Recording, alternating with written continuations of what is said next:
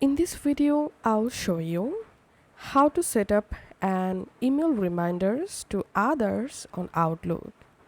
First of all, go to your Outlook and then click on this little arrow icon next to new email. And here just click on appointment. And now in this title box, write your appointment title.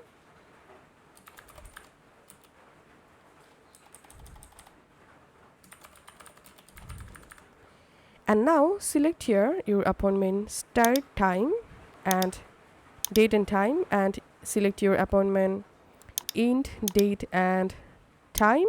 And now click on invite attendance. And here you will be able to add email address whom you want to send the email reminders or appointment reminders. And then now click on these reminders, and all you have to need, select here reminders. I'm selecting 3 days. And in this message box, all you have to need, go ahead and write your message for your reminder and then just click on send. And that's it. Your email reminder will be set up. If this video helped you out, please leave a like and leave a comment down below.